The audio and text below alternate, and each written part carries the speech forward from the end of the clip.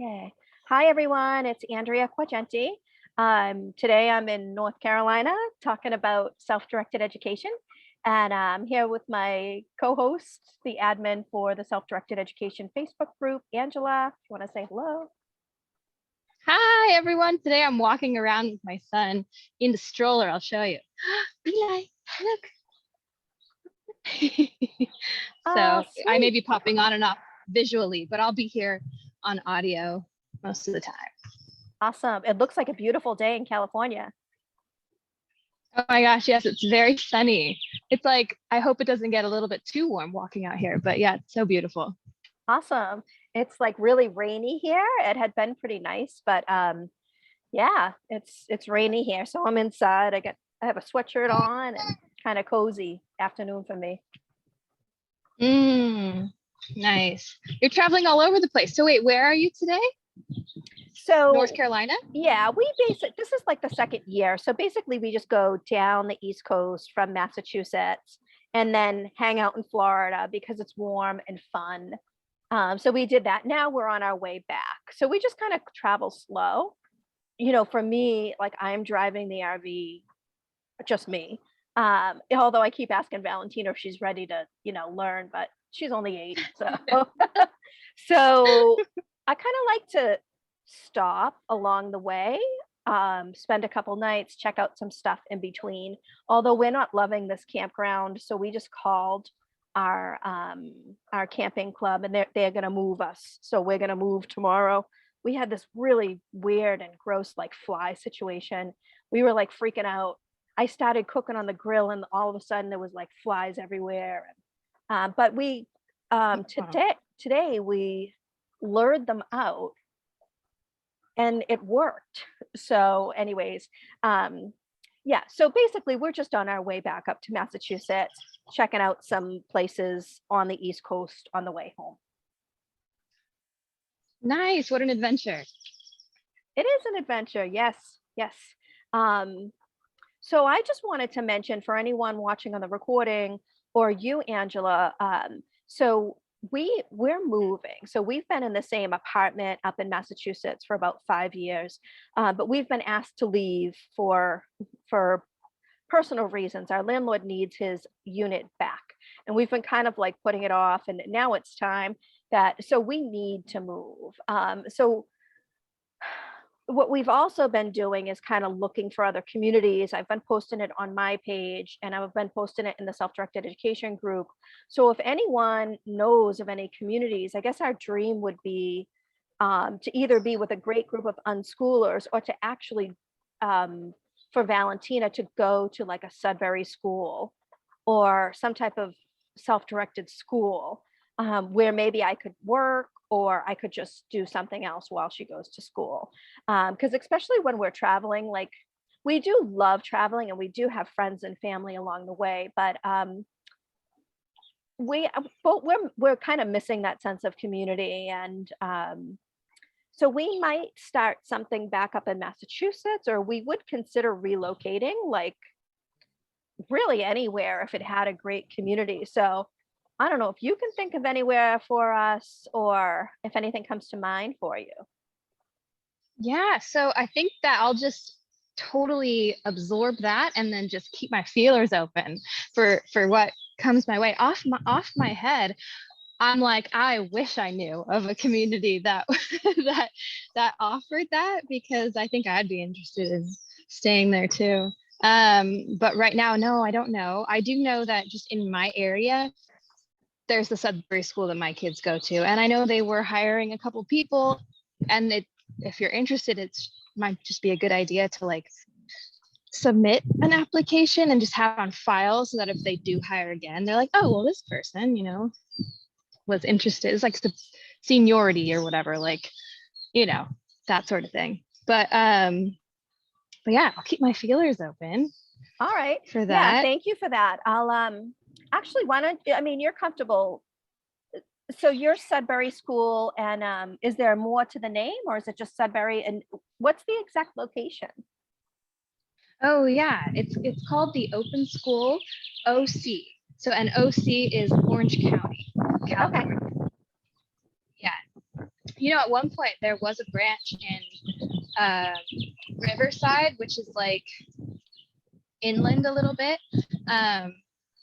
And they actually, COVID really just hit that one hard because there wasn't as many students. It was a newer branch. And so they ended up closing it. It was like at someone's house, like farmhouse. They ended up closing it, but they may reopen it at some point if there's interest, if there's enough people who want to go there as well. But basically I mentioned that mainly because that area is much more affordable. We might even move into that area like over the next couple of years. Interesting. All right. Well, thank you. And that, like, our last stop in Florida was at a farm, a small organic farm, and we loved it, loved it, loved it. There were the farmer had some dogs, so our cat Jack met the dogs and loved them. It was the first time our cat met dogs, and then there were goats, and our cat loved them, and Valentina loved them, and we had our friends, other kids around Valentina's age come play, and it was just super awesome. So we were going to check out an ALC school where we are in North Carolina. But like I said, we're moving, so we're not going to be able to do that. But I think I also realized that we've been in North Carolina a couple times, that it's not exactly the vibe we're looking for. But the self-directed school. But what I was thinking is, like, do I want her in a school 5 days a week? If we could have a more hands-on, like we're both nature lovers, animal lovers. So that kind of, like, how would you say it? That self-directed education in like a farm type environment seems like the most exciting for both Valentina and I. And then we're like, we can breed cats and we'll have tons of kittens and then we'll adopt them and have a cat cafe. And Aw. Yeah. Let me know if anything like that sounds interesting, because I don't know.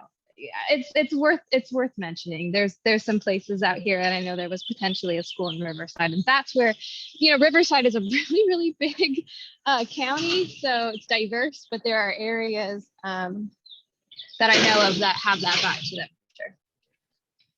Awesome. Like the farm vibe. Yeah. The farm vibe, yay. The other thing I wanted to ask you, just to kind of follow up, because I know at one point your children were going to the Sudbury 5 days, and then they were able to kind of just do a couple. So how are your children doing now? Are they back to the 5 days a week, or are they just doing a few, or? Oh my goodness. Yeah, they're all over the place. They're like whatever they want. And we were I guess fortunate to have that freedom right now, because I'm working from home. So they got to choose, but now we just switched, because now I work Thursday and Friday at school. So some of my children who had opted to stay home on Fridays can't do that anymore. They come with me. But yeah, so they basically, to answer the question, like, you get to choose and you can do what you want. And they were doing all different sorts of things. One of them was going on Tuesday and Wednesday and Thursday. Some were going 5 days. Just depended. Sweet. Okay. And you just work that. It's not something that they have to sign up for. They can just, oh, dad's going to be home, so let's stay home with dad, or go. Like, it's just. Oh, actually, in that case, yeah, you have to commit to the same days. And the reason why that is because they do have meetings and stuff, like school meetings and civic sport and stuff that you have to be present for. Okay. So yeah. Awesome. Because that's another thing I think about when I think about if we do want to enroll my daughter in a school, that we didn't really love the 5-day commitment. Week to week, it kind of got like a little heavy. So I like the idea of like maybe 3 days a week, or some type of optional, I don't know, maybe 4, I don't know, something more flexible than you're expected the 5 days, unless of course something comes up.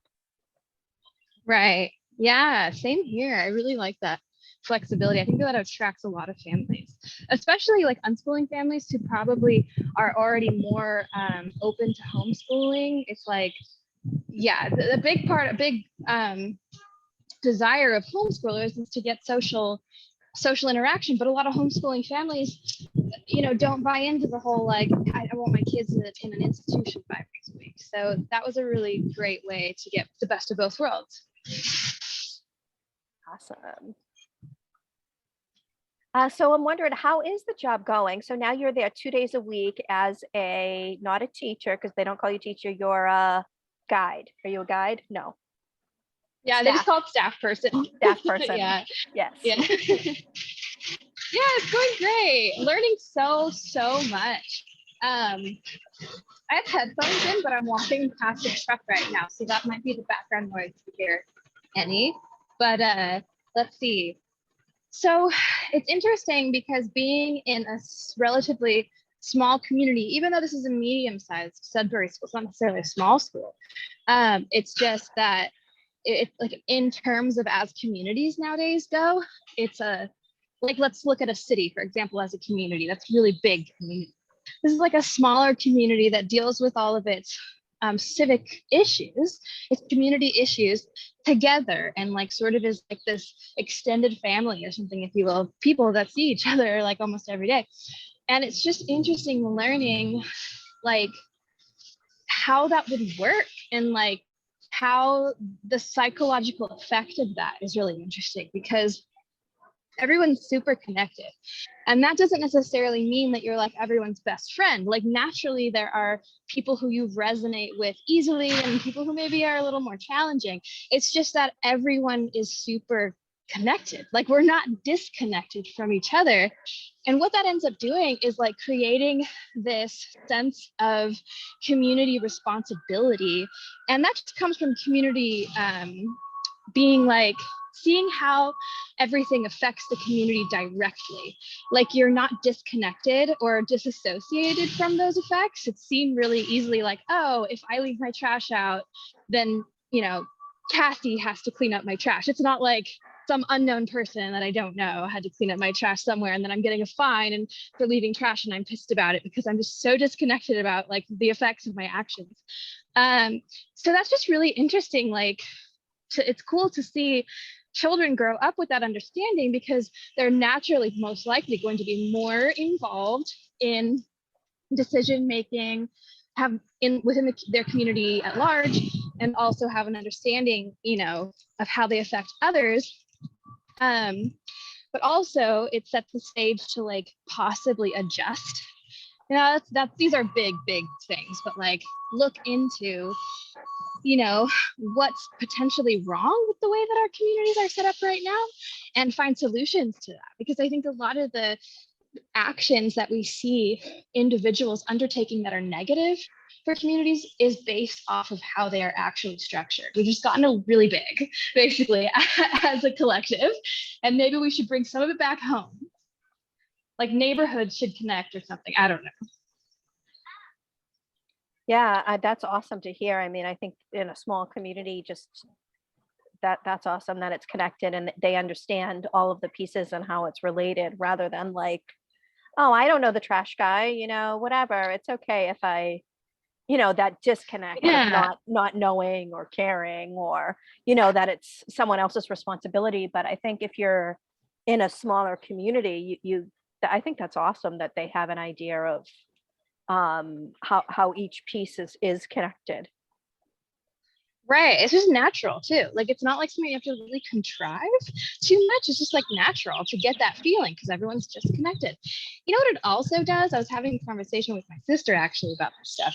It also like everyone, I'm sure if you're into conscious parenting and stuff like that, then you've heard of like, oh, just be with your child and just be okay being. And that of course is so useful. It's just the way that our world is set up right now. It's like so much based off of survival, like just being. It sounds really abstract sometimes. Like, how is that practical? How can I just be? Like, I have to also make it and survive. And in a smaller community where, everyone's really connected and sort of taking care of each other, not in a codependent way, but in a way that's really supportive. and everyone's seen, it's just effortless. It's something that you don't really have to strive to do. It's like, oh, we are just being. That's the culture. That's just what we do here. And because we're not so disconnected, it's almost like striving for unnatural purposes, like striving to prove your worth, striving for some, abstract sense of identity would be really obvious. It'd be like, oh, that's like, it's almost like that is less likely to happen because just of the way the culture is set up. Yeah, I mean, that reminds me of like our favorite campground that we were at a couple weeks ago. And it's a very collaborative, like I probably talked about this, but all the campers kind of park on the outskirts of a field, and it's just kind of known that all the parents keep an eye on all the kids, and if someone needs something, and it's a natural collaborative, and it's so comforting, and like all of us parents notice, but it's not a lot of effort. In fact, it's almost less effort, but when you do get together and kind of share responsibilities, it just makes it so much easier.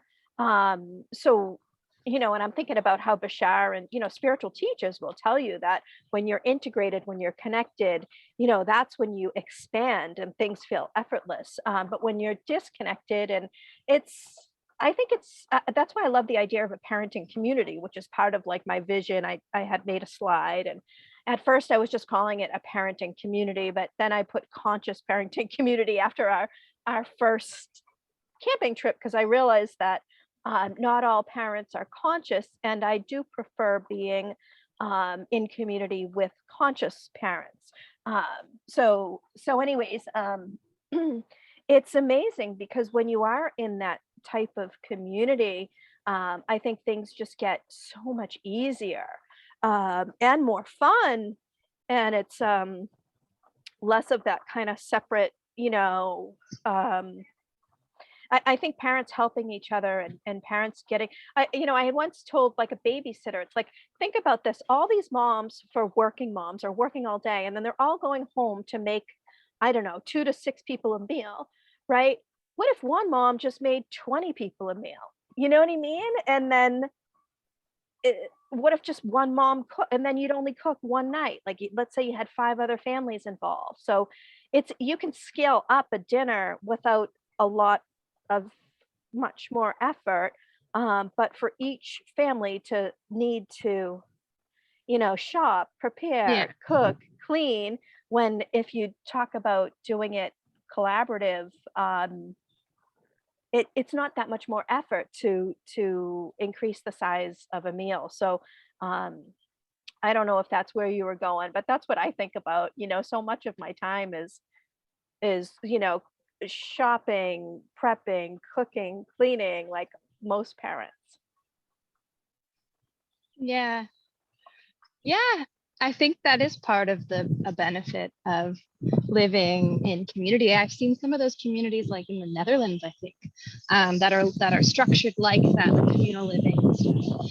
And I think with any type of choosing how to live, there are always going to be, flip sides to every coin. There's always going to be like positives and negatives, and it's just what the individual prefers, and nothing's really right or wrong. It's just like, wait a minute, why do we all live the same way? And there are other ways to live, and which one suits you, the best type of a thing. And ultimately, I don't know, this is just such good topic for me, because it really has been a balancing act for me to figure out, like, okay, how can I create an environment that supports the way that I naturally am? How can I create an environment that supports my individual preferences and needs? At the same time, how can I accept the environment as it is for my spiritual growth, for finding my home within, for finding my peace internally when life reflects something that I would be like, that's not preferable, instead of like totally losing my center over it and like losing my mind, getting angry. It's like those things are also offering a gift. And if there's parents here who are familiar with spirituality, like, I think a lot of the initial spiritual journey for many people, at least the people who have vibes like me, like who are interested in similar information, like probably you are, Andrea, and I, that type of spiritual stuff. Like, how can I clarify that? I don't know, Bashar gets into that as well. It's more like the initial swing is very internal, very internal. It has less to do with like shifting external things and more to do with shifting belief systems and the way that we look at things.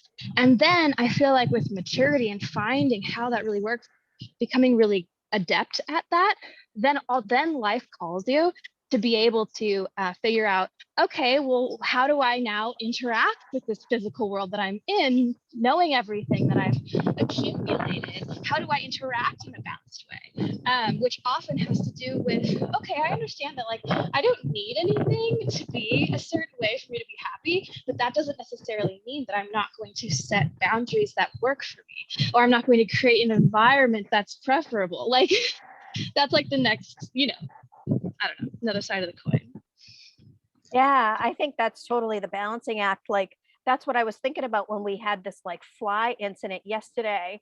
And I was like, oh my God, like I can't stay here. Like if every time I cook on the grill, we're gonna have a inundated with flies, like, so I think it's like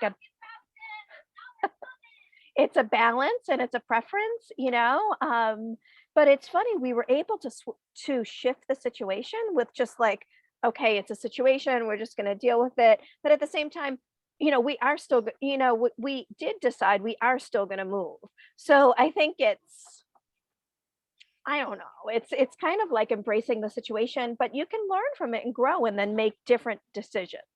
For sure, like last year when we took our first RV trip down the East Coast to Florida, we learned a lot from that trip, and this year we did it differently. So it's not that you have to, I think it's a balancing act of accepting what's happening and working through that situation and then shifting so that things are more preferable as you learn your preferences, because who knows, I mean, something seems, we're following our excitement, we're following our passion, and then we jump into it, but that doesn't mean that we're going to stay there, right? That leads to a different excitement and a different passion and different preferences, and it's just kind of like never ending. Yeah, I feel you. I really like that. I like the part about I thought that was really put well. It really is about like accepting what is happening, and accepting what is happening does not mean complacency. It doesn't mean like don't stay stuck in the mud. I think that's what how Eckhart Tolle puts it. It's like, no, if you're stuck in the mud, like move out of the mud. It's okay to move out of the mud, but it's like, we're just not internally fighting everything that arises to us. And in fact, if we are fighting it, that's where the belief work is. Where can we fall into flow with what is and love with what is? So yeah. You know what? Okay. Also, I want to add, because I think it's really relevant right now. I don't know, it's crazy, but I'm seeing this everywhere. And I don't know if it's just me, but I think a lot of people on the spiritual path right now are being called to sort of like a new level of understanding. It's the same information, but sort of like a new level of understanding of it's been like, in my experience, really heavy belief work, and it's very inspiring. That has to do with like the manifestor world and like, being a creator and shifting to positive beliefs and stuff like that.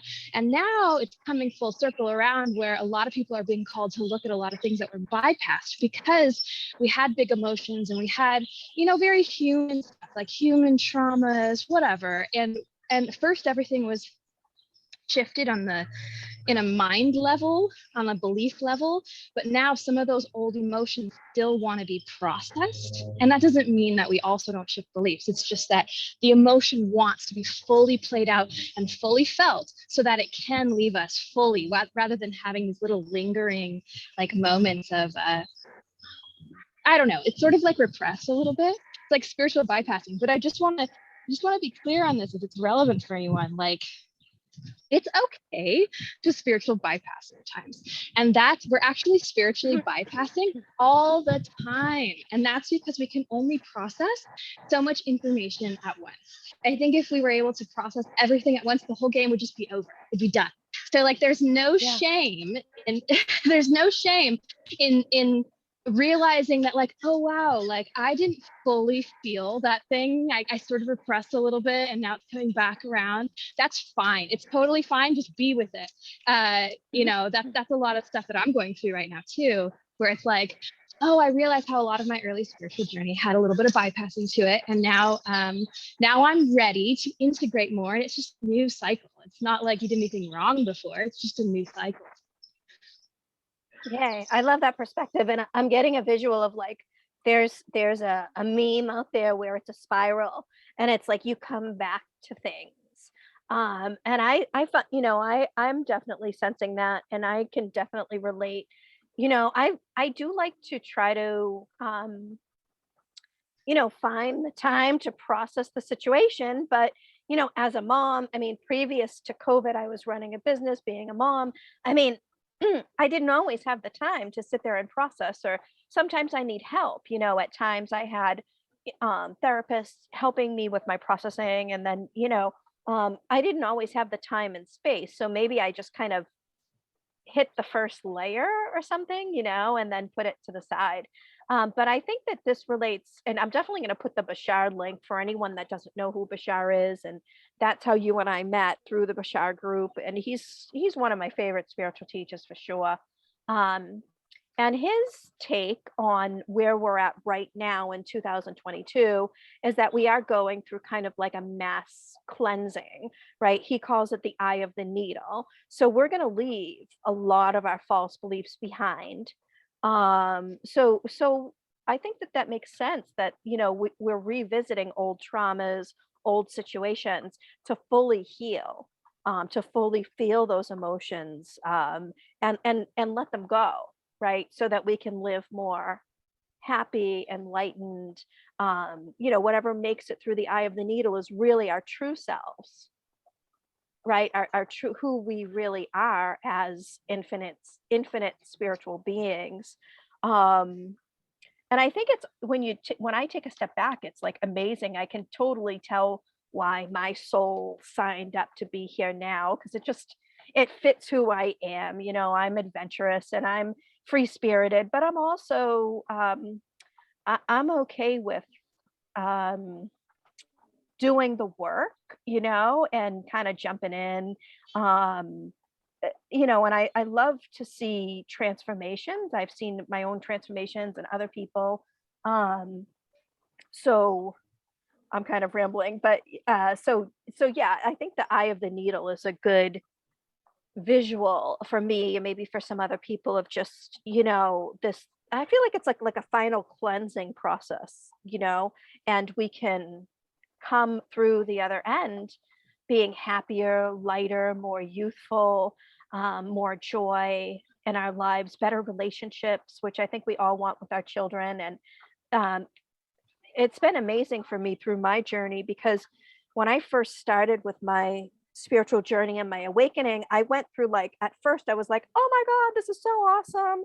Like, it was law of attraction. And I was like, everybody needs to do this. And I was like, my mom was so awesome because she was game. She was probably the only one I could kind of like get into it. And I'm like, this is what we're going to do. And I made copies of like dollar bills and I put like hundreds, and I'm like, we're going to start affirming all this money. And that was just, and she did it, and we both ended up coming into like a bunch of money at the time. And I was like, it's, but most other people were like, you know, didn't really want to hear it. So I went through this like ecstatic, and then I kind of went the other way. I went very much inward. And I took space from a lot of my friends and family, because what I started to realize was that, oh my God, now I'm different. You know, like I can remember hanging out with some of my old friends and they were like, oh my God, dude, remember when you got so drunk and you did this and that? And I was like, yeah, I do. And that was funny, but like, I don't want to talk about that anymore. Not that I'm embarrassed or ashamed.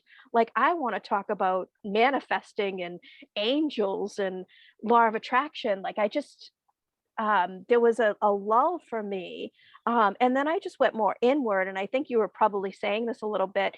And now I feel more balanced, where I do have those inward times, but I'm also outward as well. So I feel like maybe that's like the yin and yang, the female and the male. I do feel like I'm more balanced as a spiritual person. than my initial wake up and then my inward period. Yeah. Oh, that's nice to hear. Yeah. And that's, I think that's so common. That whole thing. It's like the excitement comes first, and and the excitement is great. It's like every cycle, every stage is valid. But the excitement can also be filled with naivety a lot of times, and that's okay. It's just part of it. And then you start to learn the fine tuning of of yeah, spiritual work, I guess. There's something that I've been really inspired to share lately. I'm doing a live right now, by the way. I'm walking around. My husband just got home. Yeah, okay. There's something that I've been really, really inspired to share lately. I think it's so potent in my understanding, is that there are two sides of belief work. And one of them, if people are listening and you're not familiar, son just saw his dad, like really excited. So in a nutshell, belief work basically goes like, so you have a strong feeling in the negative, like your emotional body is basically spirit speaking to you. So you have a strong feeling in the negative, in a negative way. That's just your cue to stop and pause, because some way, shape, or form that you're perceiving the scenario is out of alignment with how the truth of you sees things. Now, that doesn't necessarily mean that the scenario is right and you are wrong. Like, let's say someone just stole from you or something. It doesn't mean that the person who stole from you is right. It just means that the way you're perceiving that, usually as like a threat, as the end of the world, as the worst atrocity that could ever happen, the mind goes to all different places, is not really true for you. And so basically it goes back to what we were talking about earlier, where in all events, we can find acceptance and still step forward in balance, choosing boundaries and action steps that align with our preferences, but holding so loosely because we know that everything that's rising is serving us on some sort of high level. That doesn't mean when things don't go our way that we failed and there's something wrong with us and we should feel guilty and just manifest harder. No. It just means that everything that arises is our gift. Okay. The ego likes to hijack that too and just try to make you feel guilty when we're not trying to create a world that matches our personal biases. That would be hiding the ego from ourselves. We're just supposed to use everything to wake us up to our negative beliefs. That's it. Okay. So there is a long-winded explanation of what belief work is. What I was getting to was a lot of people on the spiritual path know that. They're aware of what belief work is, especially if you're familiar with Star. I want to share a piece of belief work that I think a lot of people are being called towards now. And that when you were talking about the eye of the needle, this reminds me so much of the eye of the needle. So a cleansing, a really deep cleansing. And that is when you feel a swing of emotion in the negative direction or whatever, you don't need to be ashamed for feeling that. It doesn't mean that you're not spiritual. Okay. It doesn't mean that you're failing. It means that something's coming up and you're totally ready and available to look at. It's actually like the biggest success. I'm like, yay, show me more. That feeling that comes, we don't need to push it down. We don't need to freak out and instantly try to find the belief and shift the belief so that we feel something differently. We don't need to even distract ourselves so much. Abraham Hicks gets a lot into like sort of distracting, and that can be helpful at a certain phase of spirituality, but I'm not talking about that phase. I'm talking about a different phase when we're really, really ready to integrate our feelings. So when the feeling arises, we can actually sit and welcome it, sort of hold space for it like it's a baby or something, and we're like holding it in our arms and let it do what it's meant to do, because the body is intelligent. The body's not even real, first off. In my belief system, it's a projection, but we still set it up. The whole like emotion thing, we set it up and it has intelligence to it. So we don't need to like repress or push down or be afraid. It's not here to hurt us. It's here to help us. So along with belief work, along with finding where that feeling is really stemming from and what it is the alarm bell to, which is going to be some form of negative belief, of course, comes with being able to hold space for the emotion itself and realize that it's not your enemy, it's your total best friend, so that it can be processed fully. The thing that happens if we don't process fully, it sticks around. And then we go forward and it'll come and revisit us in weird ways, like sort of like repressed anger, anxiety, unplaceable depression, rage, things like that we see ongoing problems. Again, not your enemy and not because you failed. They're just, the alarm bell's just getting bigger. That's what's happening. So yeah, there it is in a nutshell. Yay. I'm sure Andrea knows about this. And this is some of my favorite work. So if anyone's listening to this right now and that just like totally spoke to you, reach out to me for sure. Because I do buy donation sessions. And the reason buy donations is because I'm so passionate about this exact subject. And I'm happy to talk to anybody about this like fine tuning element of the spiritual path. So there you have it. Yay. Do you only Yeah. work with parents, or would you work with children or mostly adults, or where's kind of your sweet spot? Yeah. So I'm very familiar with working with parents.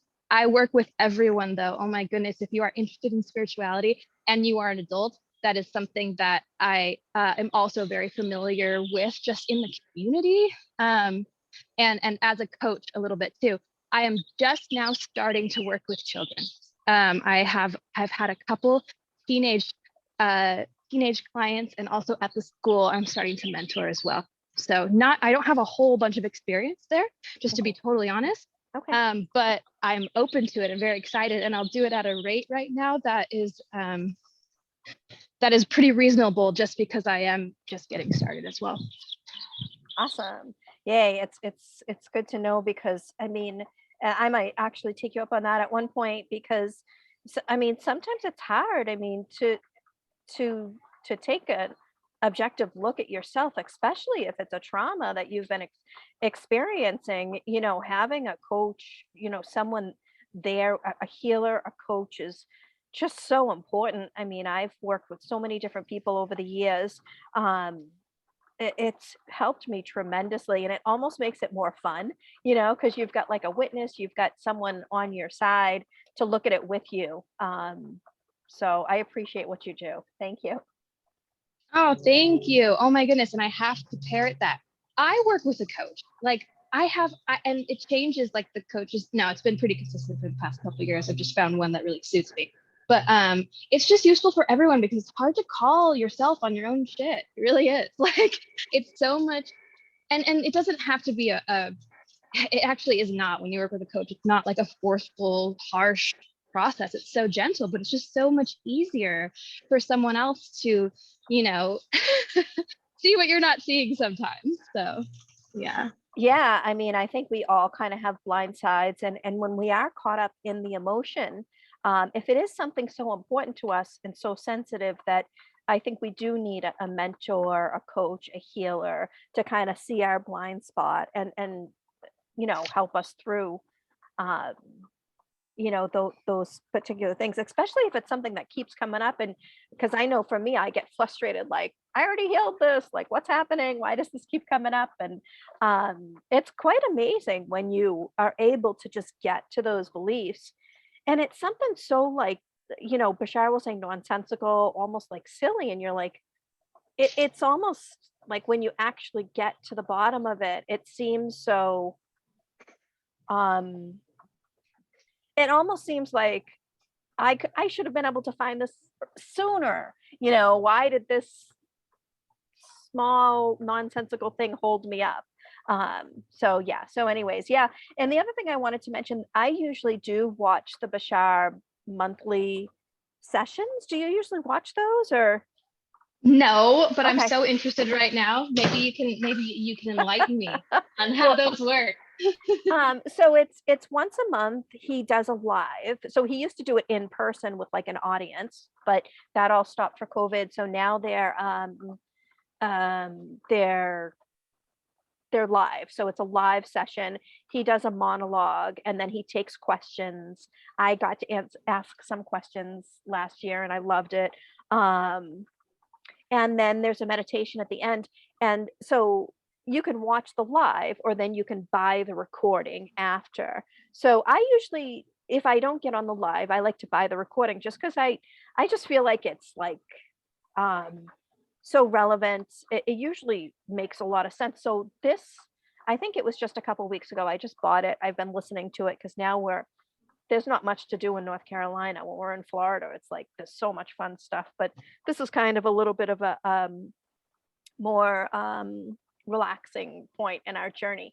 So this most recent one is called Guilt and Responsibility. And he goes into not responsibility in the negative, where like, oh, you need to be responsible, but he looks at responsibility as the ability to respond. So he looks at guilt, anger, all of those negative emotions as a gift.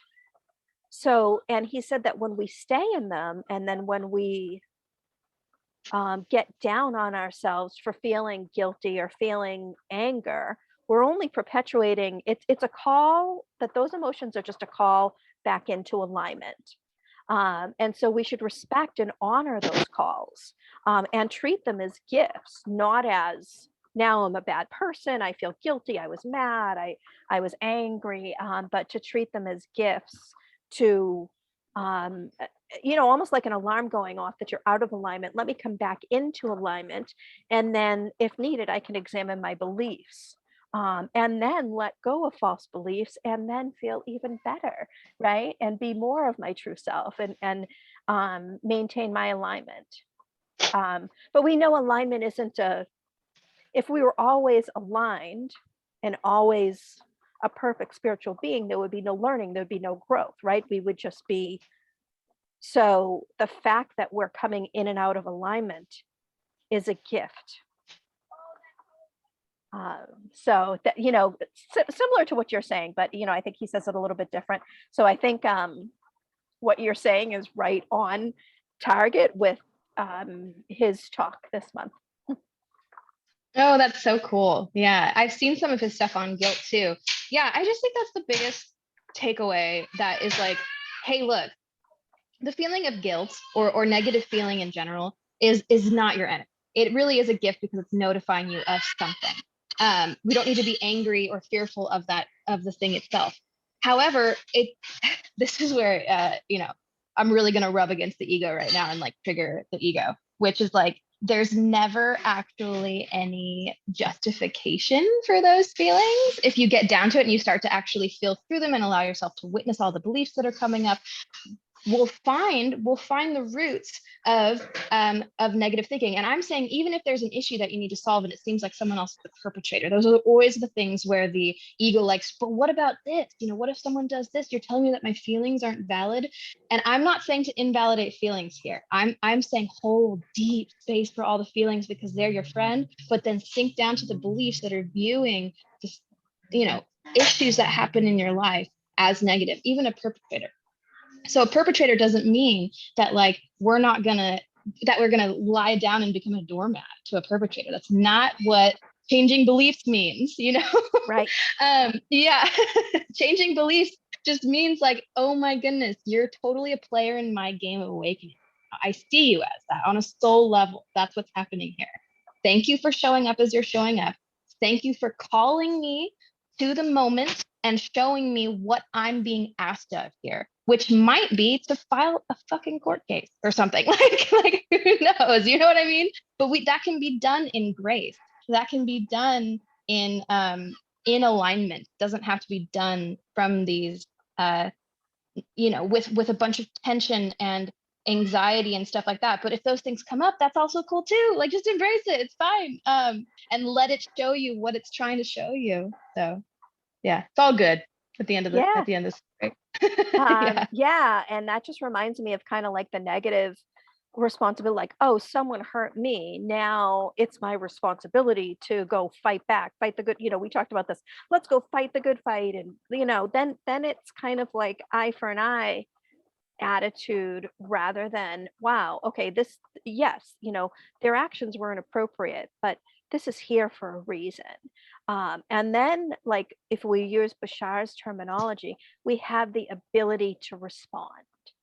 So that type of responsibility, rather than the negative responsibility, like to fight back or eye for an eye type strategy, but instead to say, you know what, I have the ability to respond, and my response can be, my responsibility can be to do some work, to notice that this is coming up in me, so I can then take the time to adjust my alignment, and to see it as kind of like a bell and not a negative judgment to continue to be out of alignment. But like we've said many times, to notice that we're out of alignment and come back into alignment, and then take the time to review our beliefs, and maybe clean them up, or work with someone, which only brings so much more joy in our lives, to do the work. So there's a difference between, I don't know what we want to call this, like a responsible spiritual process, rather than someone hurt me, now I need to go fight the good fight. So that's not really, so you're not really doing any inner work as to how this situation is actually a gift. Right. Totally. Yeah, Yay. I agree. Yeah, I have personal experience with that. It's like been really, really fun. Nothing that I would ever say is something that I do not like do myself. You know what I mean? Like I have experience with in the past, like I've been in quote unquote abusive, I don't even like using that word really, but like really unhealthy dynamic, not only relationship, but business that was being run. Technically, you could say I'm a cult survivor too. I mean, I deal with an individual who's a co-parent in our situation, who does not have custody of the children, but has a violent history and acts what I would say like totally irrationally all the time. And so we're having to file court things. Now, this has been some of my greatest sources of growth are these situations. And I've come to a place where I am so thankful for this individual. And I think on a higher self level, I can actually feel it that we are like super close buds, like high-fiving and hugging type of thing. And then she just keeps like reappearing in the reality, giving us more and more chances to fine tune more because I'm not perfect. And when these situations arise, it brings up like all the stuff. It brings it all up. And then each time it's like a little bit more in alignment, a little bit more in alignment, a little bit more in alignment. And even like having to file like potential court cases from time to time is like they're done or it's like allowing me to do them with more and more self clarity and more balance and letting go of the reins even more. But that balance of also stepping up and say, you know what, I think it'd be a good idea if we put this boundary in place so that this stuff like stops happening. That doesn't seem like that's too fair there. But there's this internal understanding that none of it's actually a problem and she's not really a threat. You know what I mean? And my past business partner wasn't really a threat. And all the things has been just such the most amazing like journey if used in that way. We can always use it for other ways and then it'll seem like a total nightmare. but yeah, just wanted to state that yeah, the stuff I've practiced with and I know some of the depths, I know some of the places that of the human experience, and that does not mean that we can't bring this light to it. Like, in fact, I've experienced the complete opposite. Yay. Awesome. Well, I'm happy to, personally, I'm happy to hear of your journey. And, I just, just to emphasize it even more is, our ability to respond, can be with more boundaries or, whatever the system is in place, if it's legal action. So, bravo for you, for learning from those experiences, but also, responding in a way that feels appropriate for you and your family and your children. Yeah, totally. That's like part of the art form. That's part of the learning that's been really like illuminating for me. It's like it's not just like okay. So as we work with beliefs and stuff, it can be really easy to like find that center belief wise and be like, suddenly I'm completely released from all the tension that I was feeling prior. I'm good. I don't need to do anything about this anymore, even though someone's like raping me or something. Yeah, I'm just kidding. Like no one's raping me, but like just for like the worst thing you could imagine, right? Like, oh no, like I found my center. It's fine if that like comes around again. No, that's not balance. Like the balance is still to like, you know what? I don't prefer that. I'm not going to hang out with you anymore. And if you come around me again, I'm probably going to file for a restraining order. But there's this inner connection through the whole thing that's like, okay, but this whole situation has really shown me how much that my freedom and my spiritual journey is an internal job. And so thank you. High five. And we'll see you in the afterlife or whatever. Yes.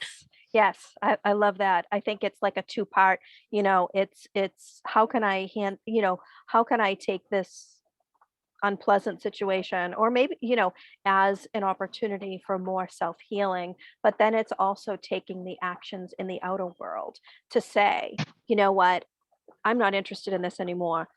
I'm going to put this boundary, or, do whatever, so I do see it as two part, and I'm the same way. I mean, everything I talk about, this is all stuff that I do in my own life. It's not anything that's out there. We talked about this like when we were first having, thinking about doing these calls. This is real life for me. This is not um, something that I'm striving to do. I mean, being on the spiritual journey, the healing path, actually unschooling, you know, um, physical action. That's always been actually something that I'm pretty good with. I've always been a action type person where I just, I do what I believe in, and it doesn't always work out. But that's a gift too, is all of the ups and downs. So Yay. Yeah. awesome. All right. Well, we're getting close to the end. Do you have any announcements? No, I think that I already like said they came out naturally like after that whole spiel on belief work and emotion. So I think I already did my plug of announcements. What about you? Anything? No, it's just that we're out and about. We're looking for a community in schools. I'll put my slide that I made, just of kind of like my visual. Now, I mean, that's where we're at right now, is, being on the road for a couple months. We're kind of like, we want our perfect home and our farm animals and organic veggies and great parents to co-create with, is, that's front of mind for us right now. Oh my gosh. Yay. I'll totally keep my feelers open. And I don't know, when we're ready, I'm on that same page with you. So Awesome. All right. yay. Well, thanks for, if anyone is watching this, just thanks for watching. And also, I just felt this call was such a like fine tuning call, like really hit on the spiritual note. Whereas last week's call was like very practical, like how do we deal with the system and stuff like that. This one really hit on that, like that sort of spiritual fine tuning note. So I appreciate it all. And it's good showing up with you, Andrea. Awesome. Yes, I love these conversations. I will see you next week. Anyone listening, come join us. We'd love to talk. Um, have some fun with other people for sure. All right. Yay. Thank you. Bye. Thank Bye, you. everyone.